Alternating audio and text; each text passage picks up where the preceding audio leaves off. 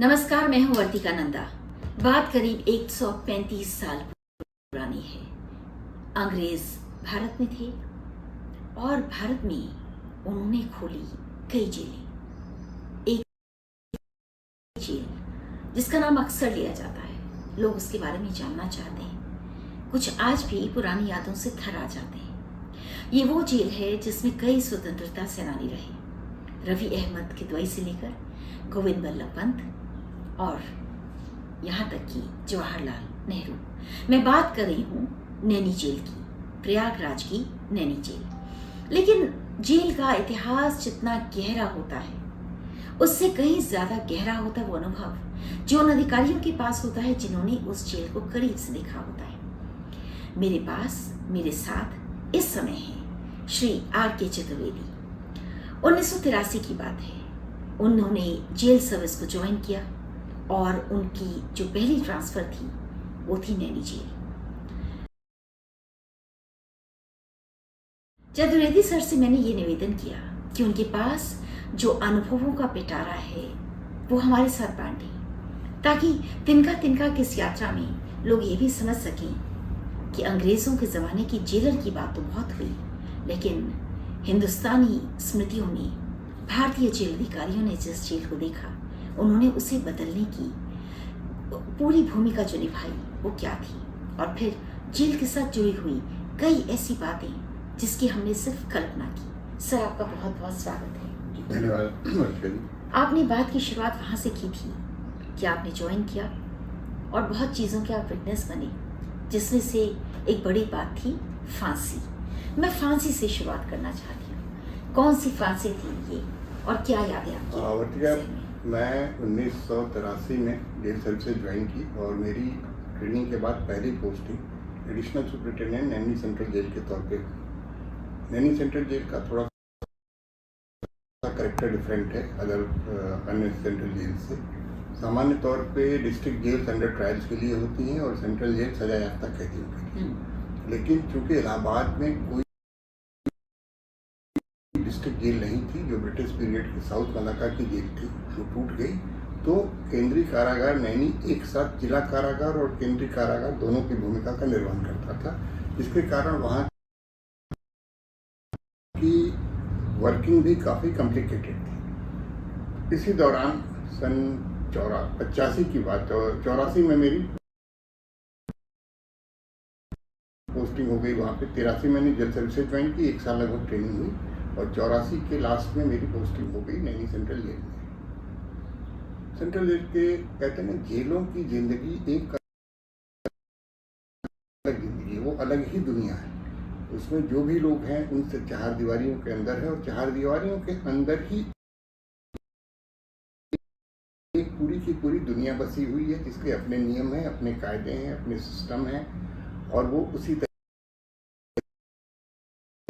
तरीके से चलती हैं। उसका बाहरी दुनिया से कोई बहुत ज़्यादा संपर्क नहीं होता।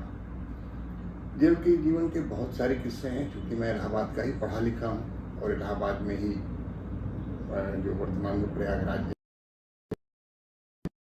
यूनिवर्सिटी से निकलने के बाद मेरा चयन हो गया, तो मेरे लिए जो नैनी सेंट्रल जेल की नौकरी एक तरह से अपनी यूनिवर्सिटी डेज या स्टूडेंट लाइफ खत्म ही नहीं, वो कंटिन्यू कर रही थी। नौकरी लग गई, एमए करते ही नौकरी लग गई, नौकरी करते ही नौकरी जो मिली वो भी वहीं इलाहाबाद में ही मिल गई। शहर के जमुना के इस पार जो शहर था वो मेरे लिए यूनिवर्सिटी एरिया था और उस पार जो सेंट्रल जेल थी वो मेरे लिए कर्म क्षेत्र था। तो कुछ अजीब सा समन्वय था। सन 85 की बात है, क्योंकि जैसा कि आप भी जानती हैं कि जिन लोगों को सेशन से फांसी की सजा हो जाती है उनको सामान्य बंदियों से अलग फांसी घर, जिसको कहते हैं फांसी घर, वहाँ जेल की भाषा में कहते हैं, वो सॉलिटरी कन्फाइनमेंट तो नहीं होता, लेकिन केवल फांसी की सजा पाए या कोई बहुत ही खास तौर पे जिनको दुर्दांत अपराधी जिनको कह सकते हैं आप, उन लोगों को उस सेल में रखा जाता है। वहाँ 15 से 16 लोग, 20 लोग जैसी जनसंख्या वैसी रहती है। तो 15-16 लोग वहाँ पे फांसी वाली जो बैरक थी उसमें रहते थे, जिसमें कि कुख्यात चार्ल्स सोबराज भी था और बुंदेल खंड में डकैती का जनक गया कुर्मी, जितने भी डकैतों के गैंग बुंदेलखंड के आपके बांदा, झांसी से लेकर बांदा तक के थे, सबका गुरु कहा जाता था गया कुर्मी। और इसके अलावा 10-12 फांसी की सजा पाए लोग भी थे। तो सामान्य तौर पे लाइफ चल रही थी। इसी दौरान एक मिश्रा थे, संभवतः मुझे एग्जैक्ट नाम अभी याद नहीं है, उनकी फांसी का जिसे कहते हैं ना कि फांसी कंफर्म हो गई, फाइनल स्टेज हो गई, जिसके बाद अब कोई अपील और किसी चीज की गुंजाइश नहीं थी और अब उन्हें फांसी पे लटकना ही उनकी नियति थी। उनके लिए ब्लैक वारंट जिसको कहते हैं, फांसी की सजा का अंतिम हुक्म जो होता है वो डिस्ट्रिक्ट एंड सेशन जज इशू करता है और इस चीज को ब्लैक वारंट कहते हैं। ब्लैक वारंट आ गया और ये तय हो गया कि एक निर्धारित तिथि है, इस तिथि को इनको फांसी की सजा दी जाएगी। मैं बीच में एक बात ये भी कहना चाहूंगा कि सामान्य तौर पे आम आदमी के लिए फांसी का मतलब होता है कि एक जज साहब एक ऑर्डर लिखते हैं और उसके बाद कलम तोड़ देते हैं, उसके सामने कांपता हुआ अपराधी और कुछ जो करनुमा पुलिस वाले और जेल वाले, बस इतना ही पता होता है। इसके बाद ब्लैक वारंट से और फांसी होने तक की प्रक्रिया बाहर किसी को नहीं पता। खैर, ये प्रक्रिया जितनी की पीड़ा और यंत्रणादायक फांसी के कैदी के लिए होती है, उससे कम संतरासदायक जो है जेल के कर्मचारियों के लिए भी नहीं है। इस चीज को बाहर कोई एहसास नहीं कर सकता, इसको वही जान सकता है जिसने इसको भुगता है। तो आपने बहुत जरूरी बात कही, एक तो जिसे फांसी मिलनी है और उसका परिवार, और दूसरा जिन्हें फांसी देनी है, जिन्हें उसे एग्जीक्यूट करना है, उनके लिए भी उतना ही कष्ट चीज है। बिल्कुल, डेफिनेटली। संतरास मैंने शब्द किया ना, संतरास मतलब उसे करना भी है, नहीं भी करना चाहता लेकिन मजबूरी है। तो ऐसा काम जो उसका जमीन या कहिए वो अलाउ नहीं करता कि एक आदमी को जिंदा आदमी को मार डाले। बेसिकली ये तो जिंदा आदमी को मार डालना ही हुआ ना। तो ये बड़ी कस्मकस की स्थिति होती है। ब्लैक वारंट इशू हो गया, पता चल गया कि ये पर्टिकुलर डेट है, उसके बाद सारी प्रक्रिया शुरू होती है। अब मैं शब्द में ही हंसी आ रही शब्द हो गए, ये जेल में एक इवेंट मैनेजमेंट हो जाता है। फांसी देना भी जेल वालों के लिए एक इवेंट हो जाता है। इवेंट के डिफरेंट स्टेजेस होते हैं। सबसे पहला फांसी घर की सफाई शुरू हो जाती है, रंगाई पुताई, क्योंकि बहुत दिनों बाद फांसियां होती हैं। तो पूरे फांसी घर की लिपाई पुताई, उसका जो हैंडल होता है उसमें तेल डालना, मतलब सारे इक्विपमेंट्स की चेकिंग। क्योंकि बहुत दिनों से कोई फांसी नहीं हुई, तो सब चीजें एकदम जंग लगी हुई होती है। तो पता चला कि घास भी जम गई है वहां पे और उसमें जंग भी लग गया है, जो हैंडल होता है, और बहुत सारी चीजें होती हैं। तो आप ये कहें कि एक मतलब इवेंट मैनेजमेंट का पहला स्टेज जो होता है वो फांसी घर की को वर्किंग कंडीशन मिल गया।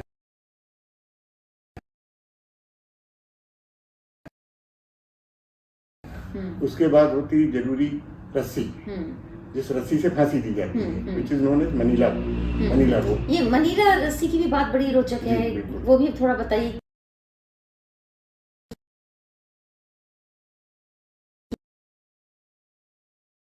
मनीला रोप कुछ पर्टिकुलर रेशे से बनती, जो मनीला से आयातित होता होगा या जो भी होता है, बट चूंकि वो मनीला रोप मनीला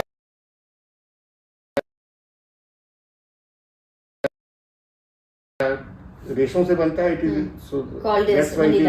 इसको मनीला रोप कहते हैं। और ये बड़े कायदे से एक घड़े में मोम लगा के बहुत विधिवत रखा जाता है। इसकी भी एक प्रक्रिया। तो सबसे पहले तलाश शुरू हुई रस्सी की, तो पता चला रस्सा नहीं है। तो बिहार की बक्सर जेल में बताया जाता है, बिहार की बक्सर जेल में रस्सियां बनती हैं, वहां से आदमी लेके आया। अगली तैयारी हुई। अब जल्लाद, तो जल्लाद का आवंटन जो होता है प्रिजन हेडक्वार्टर, जेल मुख्यालय से जल्लाद का आवंटन होता है। तो हमारी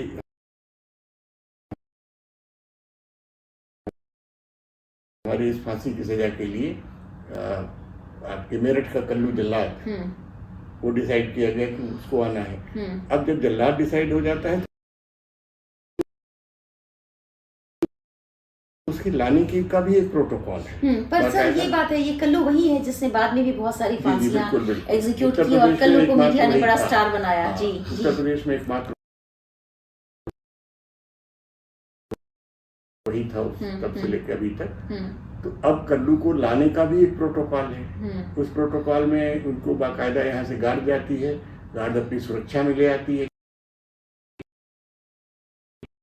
क्योंकि एक संभावना ये होती है कि मान लीजिए जल्लाद को ही किसी ने कुछ कर दिया तो फांसी कैसे होगी। तो जल्लाद की भी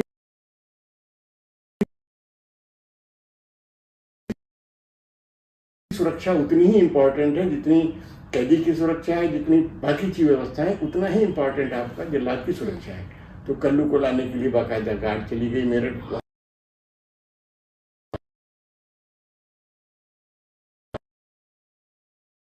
से लेके लाए गए। उनको जेल के अंदर ही एक कमरे होते हैं जिनमें उसमें टिकाया रुकाया गया, उनके खाने पीने की व्यवस्था की गई।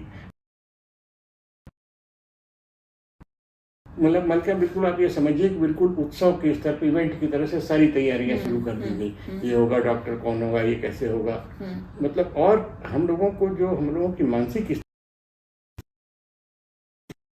स्थिति थी उसमें एक अजीब विरोधाभास था। एक तरफ क्या करने जा रहे हैं,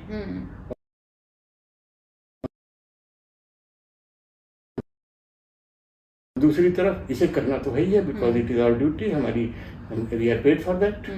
तो ये सारी तैयारियां वगैरह शुरू की गई। और आपने कई जगह अपने इमोशनल ट्रॉमा के बारे में भी लिखा है। हाँ, कि कितने इमोशनली आप डिस्टर्ब थे कि फांसी होनी है। बिल्कुल जी। सबसे इंटरेस्टिंग चीज़ क्या हुई कि जैसे 2 दिन बाद फांसी होनी है तो आया हमारे यहाँ जो हमारा स्टाफ ऑफिसर कहिए, वो भी कैदी ही होता है। स्टाफ ऑफिसर नन्हे करके था होता, वो आया, उसने कहा कि सर वो कल्लू जल्लाद जो आए हैं वो आपसे मिलना चाहते हैं।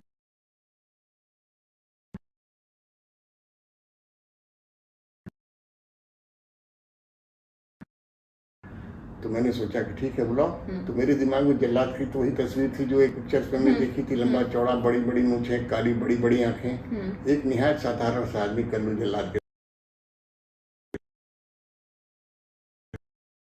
तौर पर मेरे सामने आ गए। उन्होंने कहा कि साहब, हमने पूछा हुआ था आप ठीक ठाक से हैं, कोई दिक्कत तो नहीं है, आपको अच्छे से रह रहे हैं यहाँ सर, तो बड़ी अच्छी व्यवस्था है, हमको सर रिहर्सल करना है, तो हम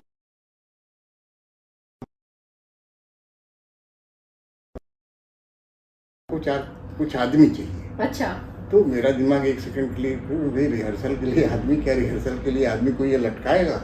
मतलब कहते हैं ना कि चेहरे से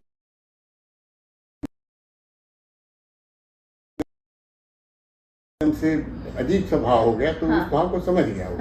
बोला नहीं सर, वो आदमी को लटकाएंगे नहीं।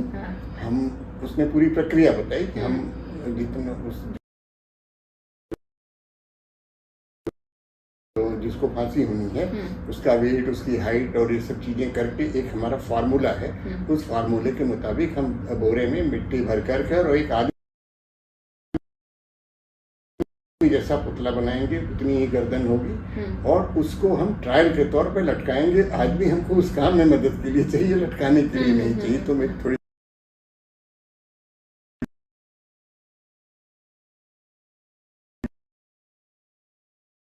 जान आई कि आदमी तो कहाँ से लाके दूंगा इसको मैं।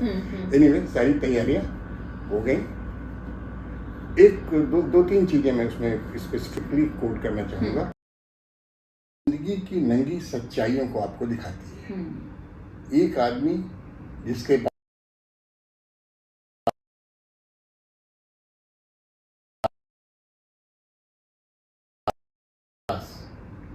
सपोर्ट है, लोग हैं, पैसा है मुकदमा लड़ने का, वो शायद सजा नहीं पाता।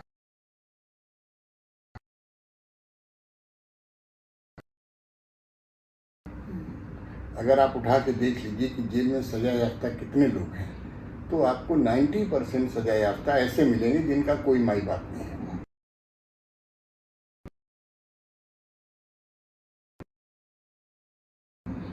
अगर उनकी जमानत भी हो जाती है तो कोई जमानत भरने वाला नहीं होता। तो जेल में 90% सजा याफ्ता वो हैं जिनका बाहर माई बाप नहीं।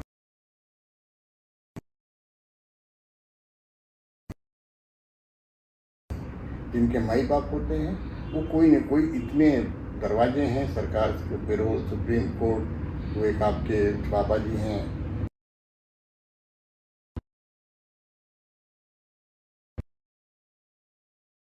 दस दिन जेल में रहते हैं, 25 दिन पैरोल पे रहते हैं, राम रहीम। तो वही कानून तो उनके लिए भी वही है, लेकिन वो कानून की होल्स का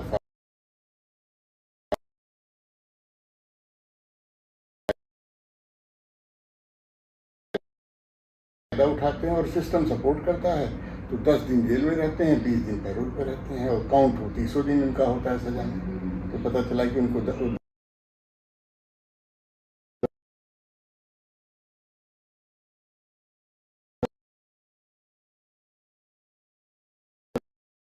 साल की सजा 3 साल में काट के निकल जाएंगे, तो बाकी घर घर रहेंगे। उसके बाद बहुत सारी छूट, सरकार की योजनाएं, 14 साल, 20 साल,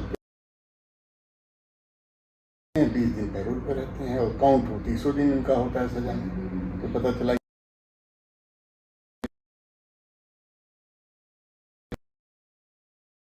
कि उनको 10 साल की सजा 3 साल में काट के निकल जाएंगे, तो बाकी घर घर रहेंगे। उसके बाद बहुत सारी छूट, सरकार की योजनाएं, 14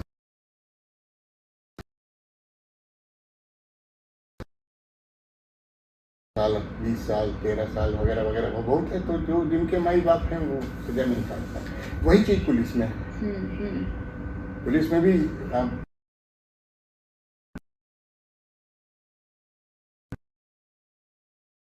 आप देखिए, जिनके माई बाप होंगे उनके खिलाफ कार्रवाई करने के पहले 4 बार सोचा जाए। जिनके माई बाप नहीं होंगे, पता चला कि वो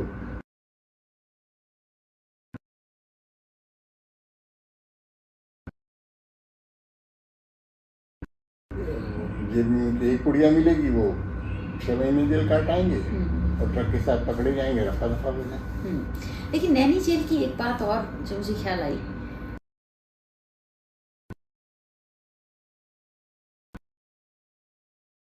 कि भीड़ से भरी हुई जेल होने के बावजूद कुछ बंदी तो ऐसे जरूर होते हैं जिनके दिमाग में कोई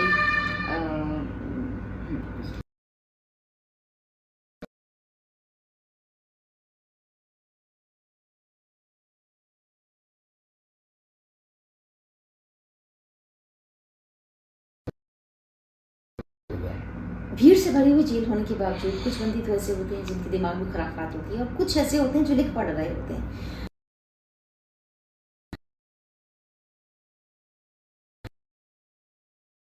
जैसे कि नैनी की जेल में अभी एक बंदी है, नाम मैं आपको नहीं बताऊंगी, वो फांसी की सजा पर बहुत बढ़िया वो लिखता है।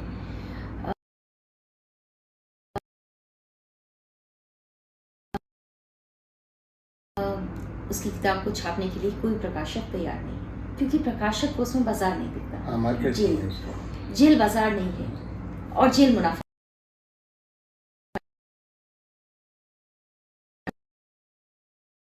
नहीं दे सकती, लेकिन जेल से बड़ी पाठशाला भी कोई नहीं। तो ये जो जेल है इसका कोई एक निचोड़ जो आप कुछ कहना चाहें? देखो, मैं कह रहा हूँ कि जेलें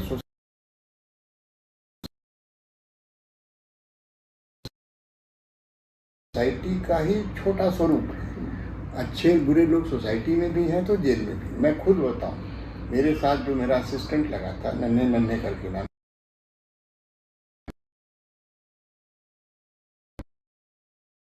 he was BMS doctor. BMS doctor था वो, और किसी गुस्से में उसने किसी को मार दिया। उसको 10 साल की सजा हुई थी। हमारे कुछ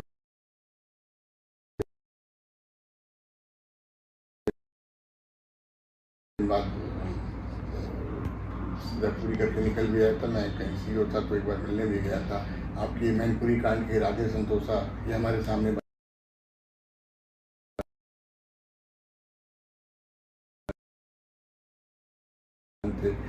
मतलब हर तरह के लोग होते हैं। तो मैं जो एक जैनुल्लाह था लड़का, अच्छा स्पोर्ट्समैन था, उस समय जेलों में स्पोर्ट्स होता था।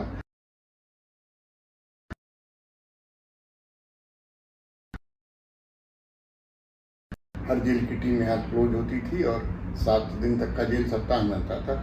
जैनुल्लाह और 2-3 लड़के ऐसे मैंने डेवलप किए और हम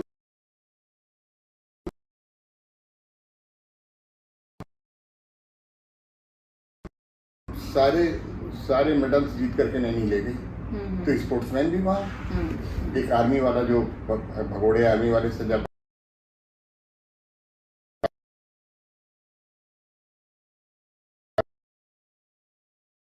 आए थे, लाभ सिंह और भाग सिंह दो फौज जवान थे।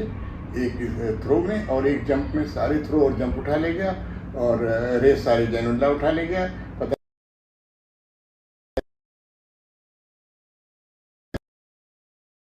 चला पूरे जेल डिपार्टमेंट के सारे मेडल्स और सारे जो ट्रॉफियां नैनी जेल उठा ले गई।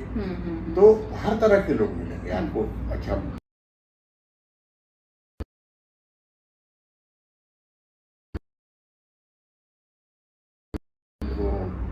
नन्हे को हम फिर हॉस्पिटल में लगा देते थे, डॉक्टर साहब नहीं है तो वो BMS तो है ही है, डॉक्टरी तो जानता है, ठीक है कैदी है लेकिन इलाज तो कर ही सकता है।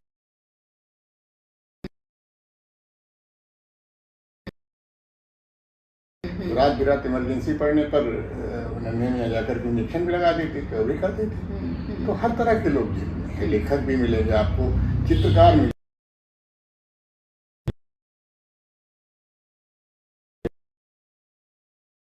आपको कारपेंटर्स मिलते हैं, ट्रेंड कारपेंटर्स जो आपके जेल का प्रोडक्शन देखिए। नैनी जेल में कंबल बनते थे, बक्से बनते थे, वो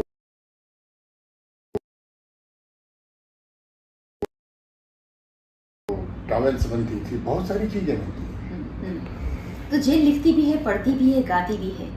जेल कभी कभी हंसती भी है, जेल अक्सर रोती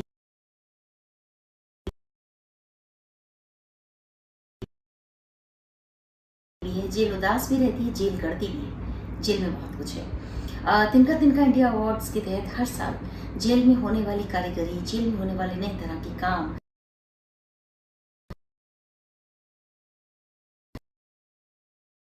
या किसी तरह के हुनर को भी प्रोत्साहित किया जाता है, उन्हें सम्मान दिया जाता है। लेकिन उससे भी बड़ी बात यह है कि जेल कभी कभी अपराधियों की पाठशाला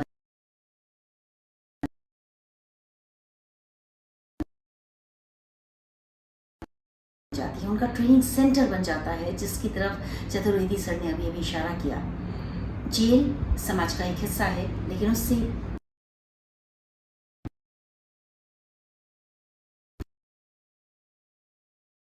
ही एक इम्पॉर्टेंट बात ये भी है कि जेल में सुधार तभी हो सकता है जब सुधार की कोशिश की जाए, दोनों तरफ से, अधिकारियों की तरफ से भी और जो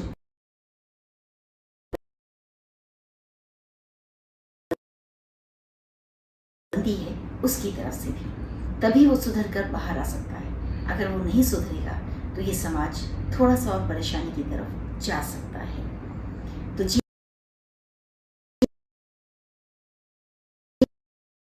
में फांसी, जेल में लिखना, जेल में पढ़ना, जेल के अलग अलग तरह के कैदी। कुछ लोग जेल से एकदम बदल कर निकलते हैं और कुछ लोग